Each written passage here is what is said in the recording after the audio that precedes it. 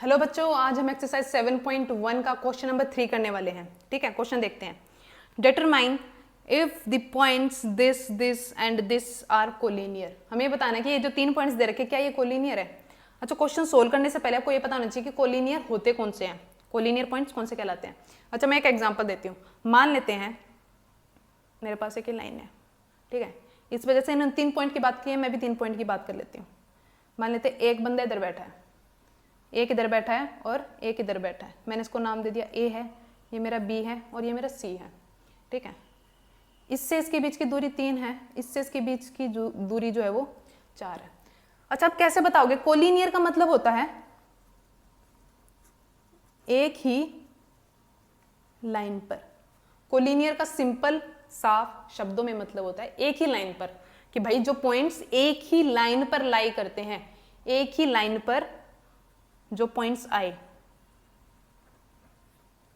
या फिर लाई करें, ठीक है, वो हो गए हमारे कोलिनियर पॉइंट्स। ठीक है, अच्छा आप कैसे बताओगे ये एक सेम लाइन पे है? देखो, ए से बी के बीच की दूरी क्या है? 3। बी से सी की बीच की दूरी क्या है? अच्छा, ए से सी की बीच की दूरी क्या है? 3 ये और 4 ये। ए से सी के पास में जब जाऊंगी ये 3 क्रॉस करना पड़ेगा, बिल्कुल, ये 4 भी क्रॉस करना पड़ेगा। ये हमारा डिस्टेंस है भाई, 3 सेंटीमीटर, 3 मीटर भी हो सकता है, 3 किलोमीटर भी हो सकता है, कितना भी डिस्टेंस हो सकता है ये। ठीक है, 3 यूनिट। तो पहले मान लेते हैं ये मेरा है मीटर में, पहले मेरे को 3 मीटर ये क्रॉस करना पड़ेगा और 4 मीटर ये, तब जाके मैं सी के पास पहुंचूंगी। इसका मतलब सी के पास पहुंचने के लिए मुझे 7 यूनिट या 7 मीटर मेरे को क्रॉस करना पड़ेगा। इसका मतलब जब इन दोनों को मैं ऐड करूंगी तो स्टार्टिंग पॉइंट से लेके एंडिंग के बीच का डिस्टेंस निकल जाएगा। अगर ये इन दोनों की प्लस इसके बराबर आती है तो इसको हम बोलेंगे कोलिनियर। भाई स्टार्टिंग से बीच, बीच से लास्ट, ठीक है, इन दोनों का सम लिया और मैंने ये किसके बराबर आना चाहिए? हमारा फर्स्ट, हमारा स्टार्टिंग पॉइंट और हमारा एंडिंग पॉइंट, मतलब ए से लेके सी के बीच की दूरी। तो समझ में आया कोलिनियर क्या होगा, कि इससे बीच के इसका डिस्टेंस, इसके और इसके बीच का डिस्टेंस, इन दोनों को जब मैं प्लस कर दूं तो ये मेरे पूरी लाइन के बराबर आना चाहिए, तो तभी तो पता चलेगा कि सेम लाइन में आते हैं। ठीक है, बिल्कुल। तो क्या आपको एक्चुअल में प्रूफ क्या करना है कि भाई किन्हीं भी दो का सम तीसरे के बराबर आ जाए, किन्हीं भी दो का सम तीसरे के बराबर आ जाए तो वो मेरा कोलिनियर होगा। ठीक है, मान लेते हैं मैंने ए मान लिया 1,5, बी को मान लिया 2,3 एंड मैंने सी को मान लिया -2, -11। ठीक है, अब मेरे को क्या करना है? सभी के बीच का डिस्टेंस निकाल लो। फिर कोई भी दो के बीच का जब डिस्टेंस, किसी भी दो के बीच का जब डिस्टेंस अगर मैं ऐड कर दूं और तीसरे के बराबर आ जाए तो मैं क्या बोलूंगी? कोलिनियर है। तो आपको क्या करना है? तीनों के बीच का डिस्टेंस निकालो। सबसे पहले ए बी निकालो, बी सी निकालो एंड सी ए निकालो। ठीक है, निकालो। अगर आपको फॉर्मूला याद है तो फटाफट वीडियो को पॉज करके आप खुद से निकालें। ठीक है, और नहीं पता है तो वीडियो को देखें। अच्छा, फॉर्मूला क्या होता है एक बार लिख देती हूँ मैं। x1 - x2 का whole square plus y1 - y2 का होल स्क्वायर। ठीक है, और उसका अंडर रूट। अच्छा, मैं ए से बी, तो इन दोनों के पॉइंट्स को कंसीडर करेंगे हम। जब मैं ए बी के बीच का डिस्टेंस निकाल रही हूँ तो भाई ए से और बी के, जो ए और बी के पॉइंट्स है वही कंसीडर करूंगी, बिल्कुल।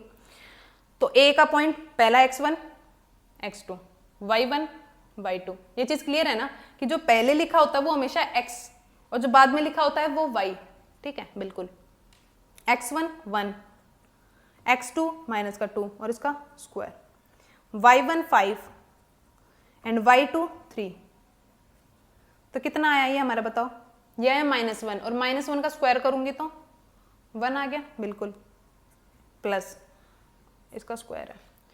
5 में से 3 गया 2 और 2 का स्क्वायर तो 4 और इसका अंडर रूट, तो कितना आ गया? √5 यूनिट। क्योंकि मेरे को यूनिट नहीं पता क्या यूनिट है और डिस्टेंस की यूनिट होना जरूरी है, नहीं पता तो यूनिट लिखना जरूरी है। ठीक है, बी से लेके सी के बीच का डिस्टेंस, बी से लेके सी के बीच का डिस्टेंस, तो इसके पॉइंट्स को कंसीडर किया जाएगा, बिल्कुल। तो लिखो। अब मैं दोबारा फॉर्मूला नहीं लिख रही हूँ, डायरेक्ट। तो x1 - x2, अब मैं इन दोनों के पॉइंट को देख रही हूँ ना भाई, तो ये x1 ये x2, ये y1 ये मेरा y2। कोई दिक्कत बताओ? बिल्कुल नहीं। तो x1 माइनस x2, तो लिखो x1 2 माइनस, ये आएगा -2, ये आएगा मेरा -2, और ऑलरेडी एक माइनस है, ये माइनस आएगा और यहाँ पे एक और माइनस बैठा, दो माइनस भिड़ेंगे तो प्लस का साइन, दो माइनस भिड़े तो प्लस का साइन, और लिखो मेरा 2, ठीक है, उसका स्क्वायर। ये मेरा y1 तो 3, और फिर लगाओ माइनस का साइन, फॉर्मूले वाला माइनस। अब मेरा आएगा y2 दैट इज माइनस का 11, भाई इसके पास भी माइनस और फॉर्मूले का भी माइनस, दो माइनस भिड़ेंगे तो प्लस का। ये चीज समझ में आई? बताओ, ये चीज समझ में आई? बिल्कुल। और दिक्कत लगे तो एक स्टेप बढ़ जाएगा, ज्यादा और कुछ नहीं होगा, आप स्टेप बढ़ा के तो भी कर सकते हो। स्टार्टिंग में हमेशा स्टेप को इलेबोरेट करके ही करना है ताकि आपका कॉन्फिडेंस बिल्ड हो। जैसे ही आप प्रैक्टिस करेंगे तो आप ये चीज बिल्कुल मेरे बोलने की भी जरूरत नहीं पड़ेगी, जैसे अभी मैंने बोल के बताया आपको, मतलब देखोगे और प्लस का साइन लगा दोगे बिल्कुल। तो 4 का स्क्वायर 16, और ये 11 और 3 14, 14 का स्क्वायर जल्दी से बताओ 196। स्क्वायर्स आपको याद होने चाहिए बिल्कुल, 6 6 12, 9 10 और 11, और ये 212 यूनिट, ठीक है। ये किसी का स्क्वायर नहीं है तो इसलिए मैंने ऐसे ही छोड़ दिया। सी से लेके ए के बीच की दूरी, सी से लेके ए के बीच की दूरी, ठीक है, सी से लेके ए के बीच की दूरी। तो किसी को भी आप x1 y1 मान सकते हो, किसी को भी कोई फर्क नहीं पड़ता है, आपका डिस्टेंस सेम ही आने वाला है, ठीक है। आप यहाँ से इसको मान लो कि इसको आपने x1 मान लिया, इसको x2 मान लिया, या फिर इसको x1 मान लिया, इसको x2 मान लिया, कोई फर्क नहीं पड़ना है, सेम आएगा, ठीक है। मान लेते हैं मैंने यहाँ से लिया, चलो मैं यहाँ से ले लेती हूँ, ठीक है।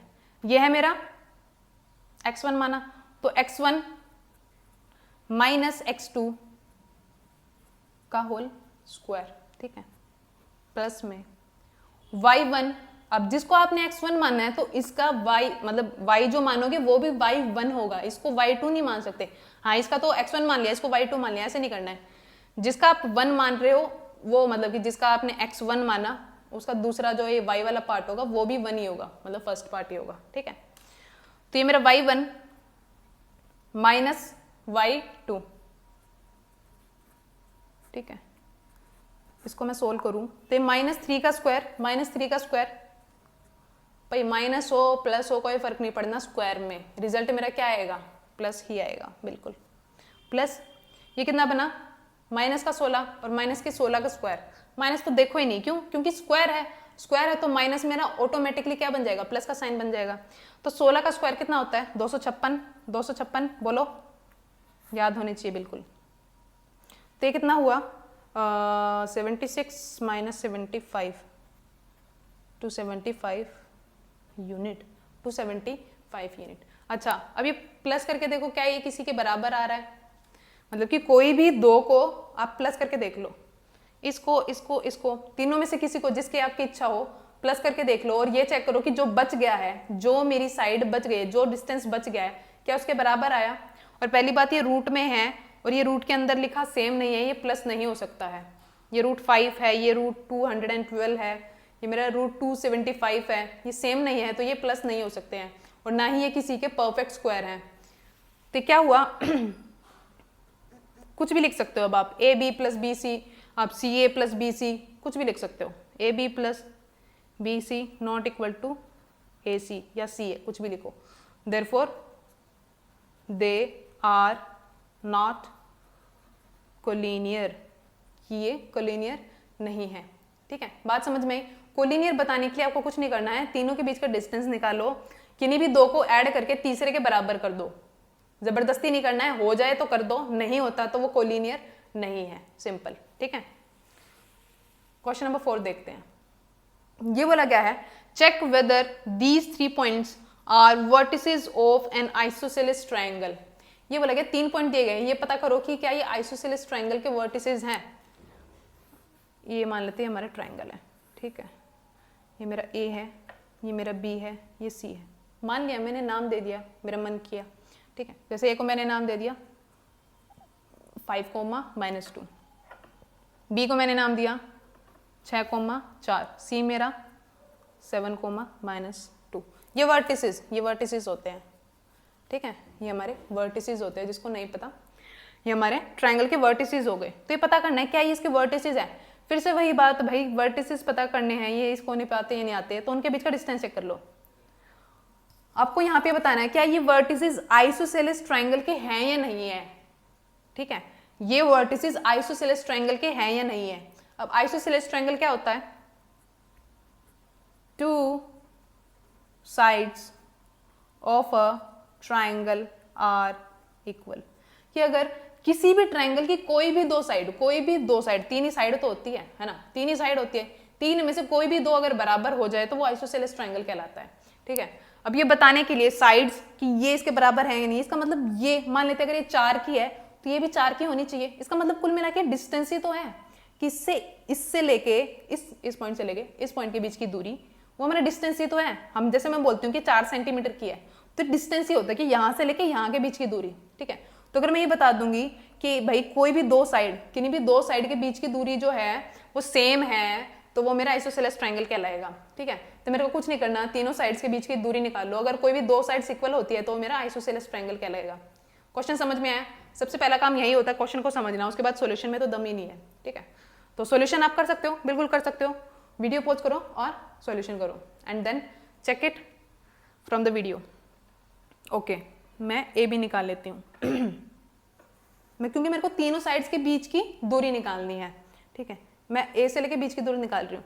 तो x1 माइनस x2, 5 माइनस 6 का होल स्क्वायर, उसके बाद y2 मतलब कि x1 माइनस x2 था, अब मैं लूंगी y1 minus y2, minus 2 and minus का 4, माइनस 1 का स्क्वायर 1, और ये दोनों क्या है माइनस के, तो प्लस हो जाएंगे और साइन रहेगा माइनस का।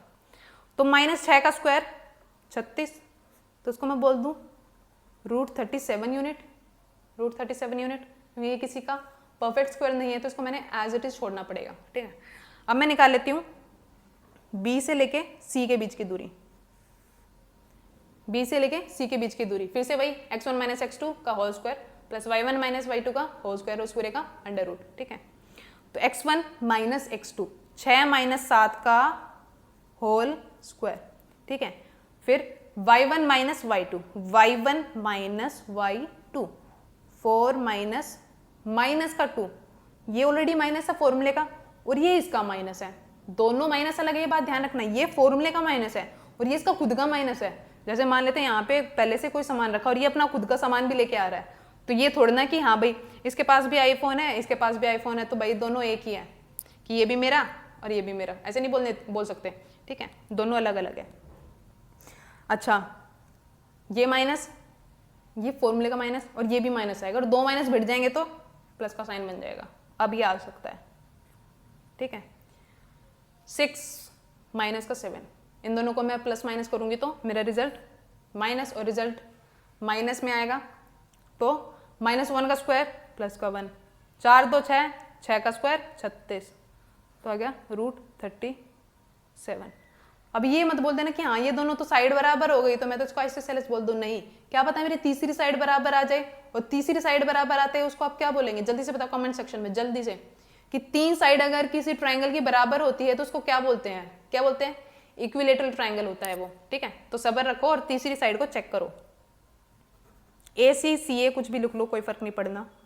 ठीक है, ए से लेके सी के बीच की दूरी, तो 5 माइनस 7 का होल स्क्वायर, भाई x1 माइनस x2 का होल स्क्वायर, 5 माइनस 7 का होल स्क्वायर, इसी तरीके से प्लस y1 माइनस y2 का whole square, y1 minus y2 का होल स्क्वायर, y1 क्या है भाई हमारा -2 और माइनस मेरा y2।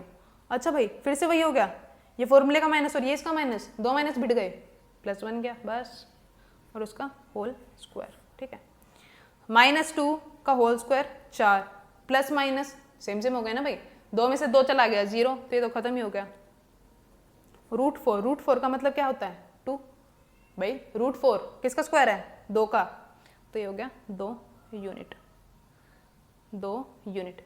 ठीक है, ये दो साइड्स बराबर, ये तीसरी अलग, तो मैं इसको बोल सकती हूँ आइसोसेलेस ट्रायंगल, हम बोलेंगे बिल्कुल yes it is an isosceles isosceles triangle. ठीक है, आइसोसेलेस ट्रायंगल ये हमारा हो गया।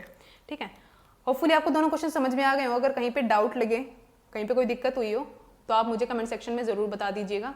I will solve that problem.